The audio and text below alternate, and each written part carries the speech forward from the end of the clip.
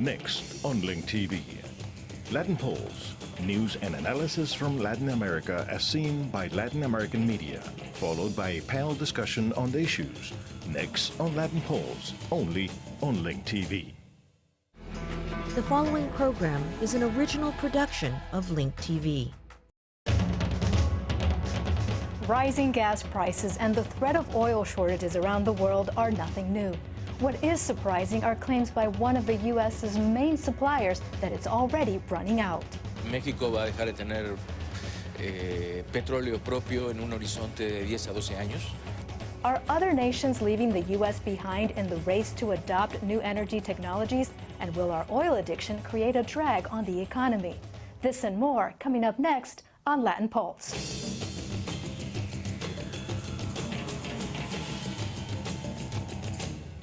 Hello and welcome to Pulso Latino. I'm your host, Ana Cuevas. Our topic tonight, oil. Tenemos un problema. Lo peor que podemos hacer como país es taparnos los ojos. Mexico is one of the main suppliers of crude oil to the United States. But recently, that country has experienced a reduction in oil production. That concerns not only the oil industry, but also the Mexican citizens, as we see in this report from Mexico's Once Noticias. Hace 70 años se decretó que la riqueza petrolera del subsuelo es propiedad de la nación. Ahora estamos en el punto de quiebre. México enfrenta un escenario difícil porque la escasez de petróleo es inminente. México va a dejar de tener petróleo propio en un horizonte de 10 a 12 años. No digo totalmente, pero va a empezar a ser importador neto de petróleo de aquí a 10 a 12 años. Cantarell, el sostén principal de la producción petrolífera mexicana, comienza a declinar en su producción. Cada año disminuye el petróleo que se extrae del subsuelo y las opciones se reducen. Tenemos un problema. Lo peor que podemos hacer como país es taparnos los ojos. México es en este momento el país exportador de petróleo, con la relación más negativa entre producción y reservas probadas. Hoy el mundo se divide en dos, los que tienen petróleo y los que no tienen petróleo. Nada más hay un país excepcional en eso, que se llama el nuestro, que no sabemos manejar la carta petróleo. There are rumblings in Mexico that the oil industry will be privatized by the government in an effort to make it more efficient. The president of Mexico, though, came out in public denying such rumors at a recent celebration of 70 years of government-run Pemex oil monopoly. Once Noticias was there also and filed this report. El presidente Felipe Calderón visitó el puerto de Dos Bocas en Tabasco, lugar donde hace 70 años el general Lázaro Cárdenas del Río proclamó la expropiación petrolera. Hoy, como hace 7 décadas, el petróleo es y seguirá siendo de todos los mexicanos. Así lo quiere el pueblo de México, así lo manda nuestra Constitución y así lo asume plenamente mi gobierno. Petróleos Mexicanos no se privatizará. Ante trabajadores petroleros, el presidente Calderón señaló que la verdadera amenaza para la soberanía nacional es la creciente dependencia en materia de hidrocarburos. Como ejemplo dijo, actualmente más de 40% de las gasolinas se tienen que importar. Betting oil shortages will become the norm rather than the exception, Brazil is joining forces with Japanese investors. They want to promote research and increase the production of alternative fuels. U.S. Spanish broadcaster Latinoamérica TV has that story. La petrolera paraestatal brasileña Petrobras y el Sumitomo Mitsui Financial Group, tercer banco de Japón, establecieron una alianza para construir una empresa de biocombustible en conjunto en Brasil.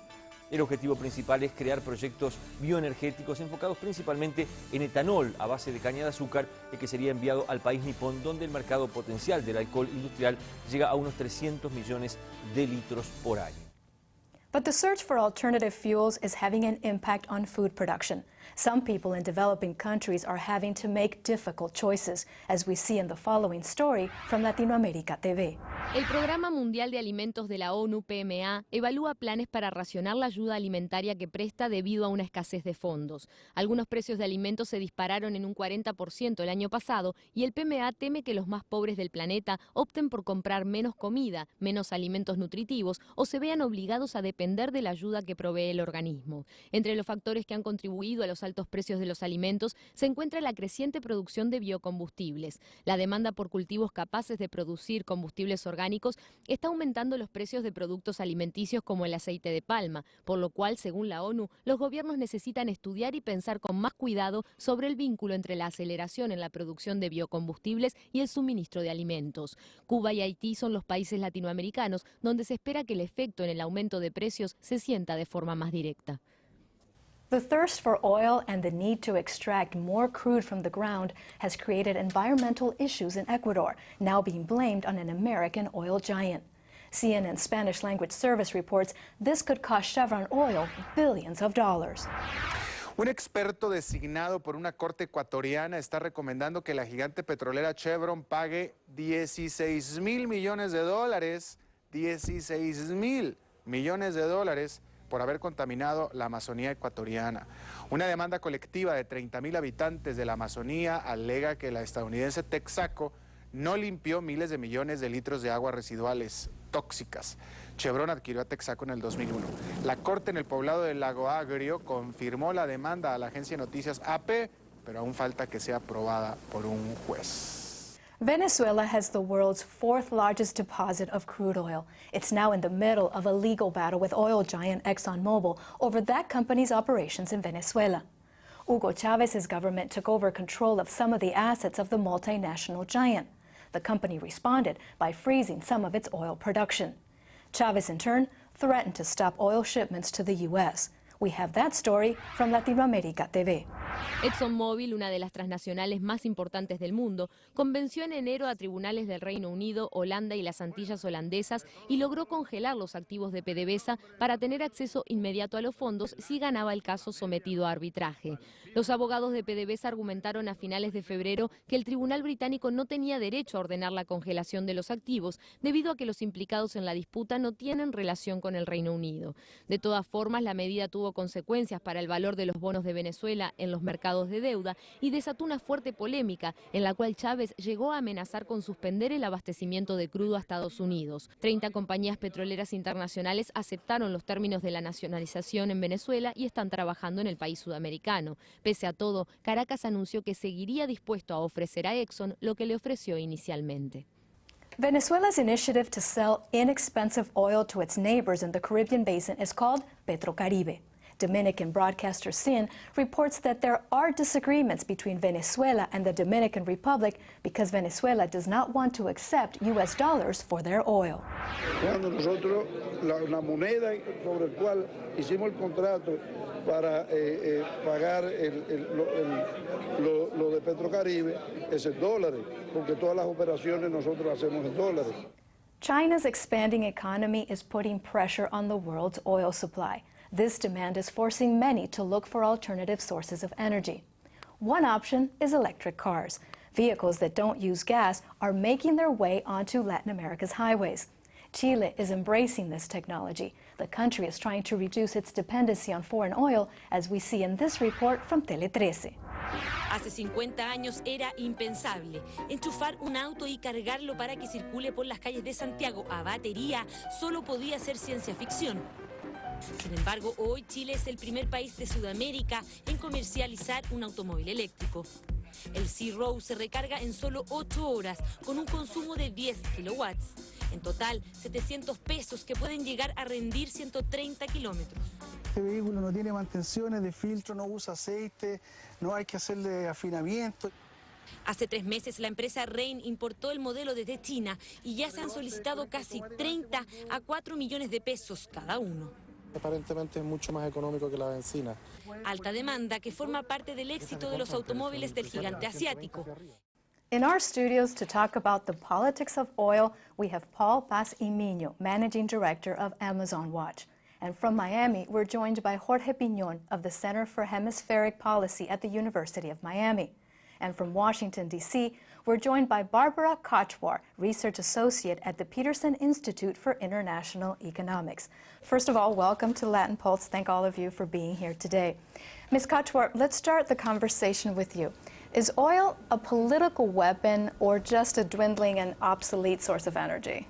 Well, it's been seen to be both. I mean, obviously, some of the changes in the power structure among countries is a result of having highly desirable resources, and oil is a highly desirable resource. And particularly with the price of oil, countries that haven't been very prominent on the political agenda in Latin America, at least not to the extent that we're seeing now, are. And Venezuela is the obvious case in point, where as a result of the high oil prices, President Chavez has been able to finance social programs within his country, but also finance programs in other regional countries, Cuba, Nicaragua, Ecuador, Bolivia, for example, and has been able to garner more of a presence within the region. How is oil becoming a bargaining chip for those who have it in Latin America?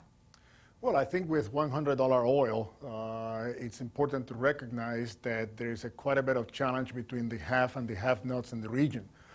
So countries particularly like Venezuela, Mexico, and Brazil, who are the ones that are the major exports in the region, they certainly have today certain political power that wasn't there when oil was at $35 a barrel.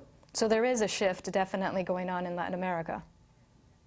There is a shift, particularly as it refers to Venezuela. As you know, Venezuela today has a program called Petrocaribe, which is an idea of supplying regional countries in the Caribbean basin with crude oil and refined products at subsidized payment terms, not necessarily the cost of the oil, but how the financing term. These are long-term deals in which the countries can finance up to 60% of their energy bill, of their oil bill, for at least 20, 25 years at very low interest rates. The question is then, does Venezuela have some sort of a political influence over these countries? Countries like Nicaragua, Cuba, Dominican Republic, Jamaica, and others. And I think that's still to be seen. But Petrocaribe, again, from the financing point of view, certainly is helping these regional countries. Mr. Basimino, since the oil gives so much political weight, a lot of the other countries are also looking at what kind of natural resource would give them that same type of bargaining power. But that creates a stress over areas, let's say in Brazil, like the Amazon. What kind of an impact does that have? Well, even more so in Peru, for example, 65% of the Peruvian Amazon has been divvied up into concessions for oil and gas. And we're seeing now the results of 30 years of toxic waste dumping by Occidental Petroleum in the Peruvian Amazon, which has destroyed many communities. There's a lawsuit in Los Angeles because it's an LA-based company. We're a part of it.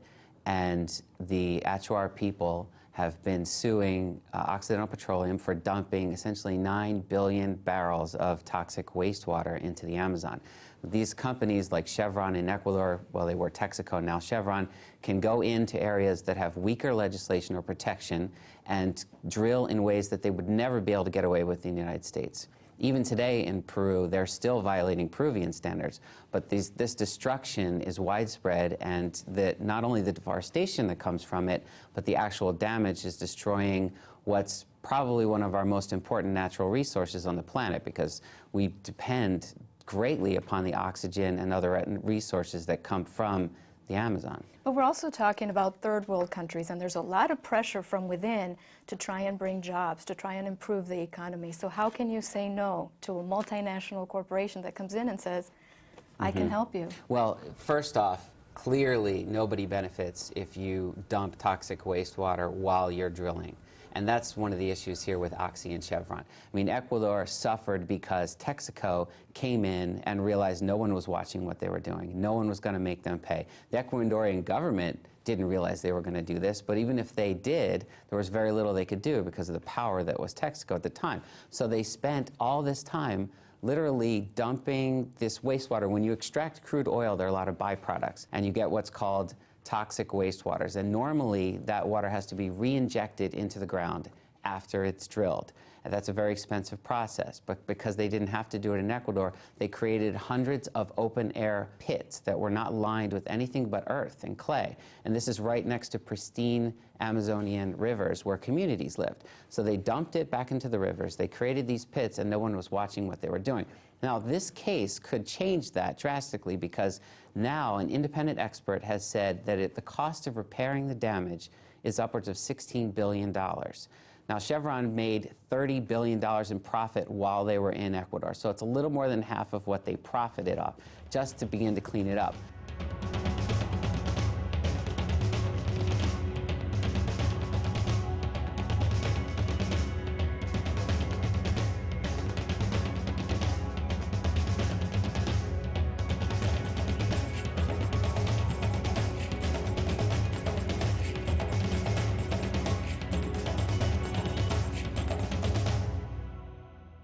But Ms. Couture, what about cries to privatize the oil industry in Mexico? Is that going to have an impact on the relations between the United States and that country, considering Mexico is one of the top providers of crude to the United States? Well, Mexico would have a problem privatizing the oil the sector because constitutionally they can't. Now, they could liberalize some parts of the oil production and oil, the other components after they produce the oil in Mexico, but it's a tremendously difficult political issue in Mexico, and there have been discussions, and I think that President Calderón has given some indications that they're willing to modernize the energy sector, and Mexico is looking at running out of their petroleum reserves, so it's certainly a pressing issue in Mexico. Would it change their relationship with the United States? I think that U.S. companies would be happy to be able to participate in Mexico's oil sector, but politically I don't see why that would change the relationship with Mexico, which is a large provider of oil to the United States. But the push to privatize is to improve the efficiency and to maybe perhaps solve the issue of the reduction in oil production. Right, correct. And do you think that it's something that eventually they would be able to convince the government to do that, or is this just too big of a commodity for them to let go? Possibly, if once they run into the end of their reserves, they will try to modernize and privatize. But at this point, politically, it's just very difficult, and particularly since that is part of the Constitution that restricts foreign investment within oil. Mexico is either running out or diminishing its oil production. Is that going to have an impact on the role that Mexico plays within Latin America? It is not only Mexico, by the way, it is also Venezuela. Remember, there are 4 key enablers for every country to exploit its natural resources. Both Venezuela and Mexico happen to be very lucky because they're sitting on very large reserves of crude oil. But they still need 4 key ingredients in order to exploit, in order to monetize those reserves. And that is capital, technology, know-how, and then what we call stewardship, or in other words, the strategic vision of where their industry is going. What Mexico lacks today is really technology and know-how. They do have the capital. $100 oil is providing them with that capital. But because of the Mexican Constitution and also because of the way that Pemex is set up, they don't have access to technology, and most important, they don't have access to know-how. The case for Venezuela is different. Venezuela has the capital, Venezuela has the technology, Venezuela has the know-how, but Venezuela doesn't have the stewardship. Venezuela doesn't have today the long-term strategic vision of where their oil industry is going. PDVSA used to be a true independent national oil company. Today, PDVSA just happens to be a political arm of the state. Just last week, Venezuela released their 2007 financial numbers, that is PDVSA, and there was over $46 billion that PDVSA transferred to the central government. A lot of that, over and above what it was needed for their royalties and or corporate tax. A lot of that money should have been reinvested in PDVSA so they can achieve their long-term goals. So the issues are not only with Mexico. Yes, Mexican production is coming down. This last year in 2007, they barely broke the 3 million barrels per day mark. So they are certainly have faced some challenges ahead of them. And the same thing with Venezuela. What is saving both Venezuela and Mexico is the high price of oil. But further ahead, they're going to have very large and big challenges. But that is why there are calls to privatize the Mexican oil industry the same way that Venezuela had it, and then the government took over. Do you think that would make a difference if Mexico were able to privatize its industry? I don't think the issue is privatization. I don't think anyone at any one time has, the debate is about privatization. If you look at Petrobras, for example, which is the state oil company of Brazil, that is a state oil company. And by the way, the oil reserves belongs to the state. It's the national patrimony. It doesn't belong to the private companies. But Petrobras has been able to develop a scheme by which the state oil company behaves like a major international oil company. And also it allows foreign companies to participate in joint ventures to exploit its natural resources. The same thing with Mexico and Venezuela. The old PDVSA used to be probably one of the most profitable and most efficient state oil companies around. Today it isn't. What Pemex needs is not only to change its constitutional limitations to foreign companies doing joint ventures with the state oil company. But what's most important for Mexico is really to create a true independent Pemex. Pemex is an extremely bureaucratic, very complex company. And before they open up their oil and gas sector, what they need to do really is open up Pemex. Surprisingly enough, you have a company like Ecopetrol from Colombia. Ecopetrol from Colombia also happens to be the state oil company of Colombia. And you see today Ecopetrol not only joint venturing in Colombia, but recently Ecopetrol announced a joint venture with Shell to explore for oil and gas in the U.S. Gulf of Mexico. Just like Petrobras, one of the largest operators in the U.S. Gulf of Mexico is Petrobras. They operate about 127 leases in the U.S. Gulf of Mexico. So again, the key for both Venezuela and for Mexico is not so much the privatization of the national resources. We don't talk about that. What we're talking about is allowing their national oil companies, PDVSA and Pemex, to behave like true independent corporations and be good stewards of the national patrimony. Talking about Pemex, the Mexican oil company, they are talking about exploration and drilling in the Yucatan Peninsula. We're not talking about necessarily forest, but we're also talking about possible impact to that region. Well, as you know, we're Amazon Watch. We're not doing any work specifically in the Yucatan region. I actually have spent time living in Chiapas and worked nearby. And if it's anything like the devastation we've seen in other parts, specifically the Amazon, then it's clearly of major concern. And I think the whole point here is that we need to be moving away from this entire direction. We know that it's not sustainable. We know that it creates tremendously terrible byproducts. And we're going to have to move away from our dependence upon oil anyway. So there are programs like the one I'm talking about in Ecuador with President Correa that would allow countries like Mexico to continue to improve economically without having to tap those resources and creating the damage that often comes from doing so. But even good alternative fuels like ethanol, for example, are having an impact on the rainforest because they're having to make difficult choices as to, do you make food or do you plant for the... I'm not sure I would call it a good resource instead. Ethanol, because of the deforestation of the Amazon, is a major concern. And the communities that don't have, for example, food that's created for fuel instead are still suffering. The amount of deforestation in the Brazilian Amazon, it's 7 football fields per minute. And a lot of this is for that type of production. So that's not a viable solution either. So then what is the alternative? Because on one hand, we can't drill for oil because it affects the environment, but then we also can't plant, let's say in the case of ethanol, because it's also an issue. So then what is the alternative? Well, I'm not an energy expert, so you know, my layman's opinion would be there's solar energy and wind power is probably the best way to go. But when it comes to the issues of the Amazon, clearly these two things are going to create major problems for the entire planet. We cannot continue to deforest at the rate that we are. Currently, 20% of the Amazon is deforested. Another 20% of it is dangerous. It's not completely torn down, but it's damaged. If we reach 40%, that's what most scientists say is the tipping point. We won't be able to recover from that. We have billions of barrels of fresh water that comes from the Amazon.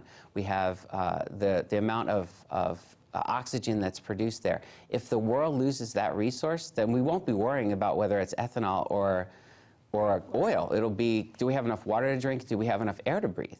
What about biofuels and the kind of impact they're already having on food production? That is true, particularly in the case of grains. We see it here in this country as far as corn-based ethanol is concerned. That is not the case when you talk about sugarcane ethanol. Sugarcane ethanol or sugarcane itself doesn't have a direct impact in other food sources.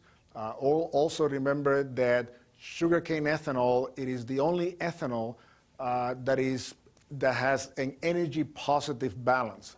And that is because the bagasse, or the residue that comes out of sugarcane, it is used to be burned at electric power plants and produce electricity. In the case of corn, you use as much energy in growing the corn and processing the corn as the energy that comes out of a gallon of ethanol out of corn. Also in this country, as you well know, it is heavily subsidized. Sugarcane ethanol in Latin America, it is not subsidized. So yes, it is true that grain-based ethanol is having an impact on other food products, meat, chicken, grains, eggs, milk, you name it. That is not the case with sugarcane ethanol. It all trickles down. Well, I trust you enjoyed today's program. I want to thank our guest here in San Francisco, Paul Pazimiño, Managing Director of Amazon Watch. From Miami, Jorge Piñon of the Center for Hemispheric Policy at the University of Miami. And in Washington, D.C., Barbara Kochwar, Research Associate at the Peterson Institute for International Economics. I also want to thank you at home or on the web for being with us today. We also want to thank the School of Communications at American University in Washington, D.C. for helping research this program, and the Knight Center for International Media at the School of Communication at the University of Miami for their support in the production of this program. Join us next time when we take a closer look at Latin America through the eyes of Latin American media. For more information about Pulso Latino and Latin America, log on to linktv.org. I'm Ana Cuevas. Thanks for watching. We'll see you next time here on Latin Pulse.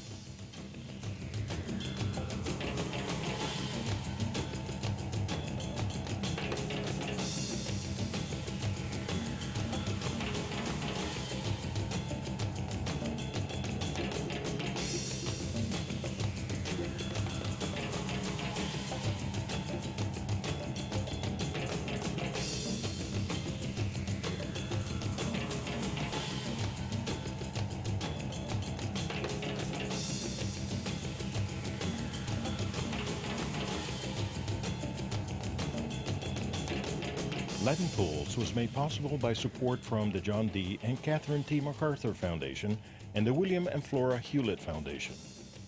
Pulso Latino es posible gracias al apoyo de John D. and Catherine T. MacArthur Foundation y el William and Flora Hewlett Foundation.